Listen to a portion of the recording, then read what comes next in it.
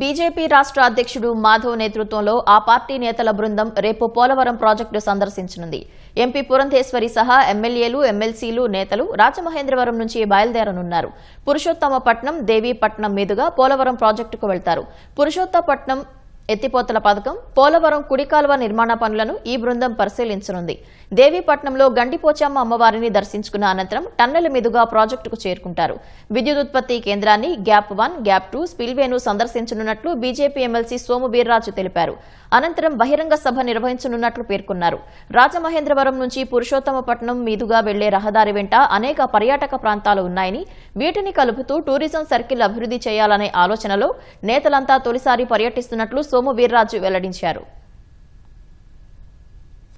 గోదావరి నది వెంబడి పోలవరం ప్రాజెక్టు మీదుగా తూర్పు కనుమలు, పాపికొండలు మధ్య ఆధ్యాత్మిక heritage eco rivers cruise tourism ఏర్పాటు చేయాలని, వివిధ రకాల బోటింగ్లు ప్రారంభించాలి, టెంపుల్ టూరిజం అభివృద్ధి చేయాలి.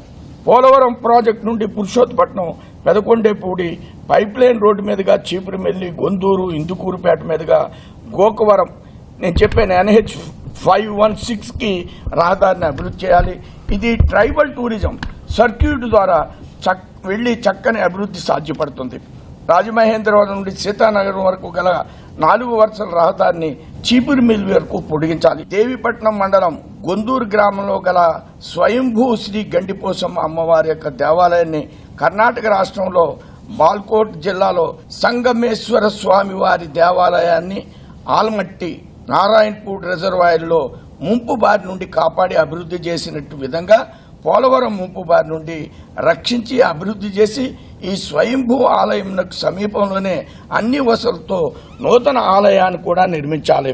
ప్రభుత్వం జీవో నెంబర్ 630 ఇది 2/12/25 తేదీన అమ్మవారి ఆలయం గోదావరి వదలు దెబ్బతినకుండా వెంటనే పనులు ప్రారంభించాలి.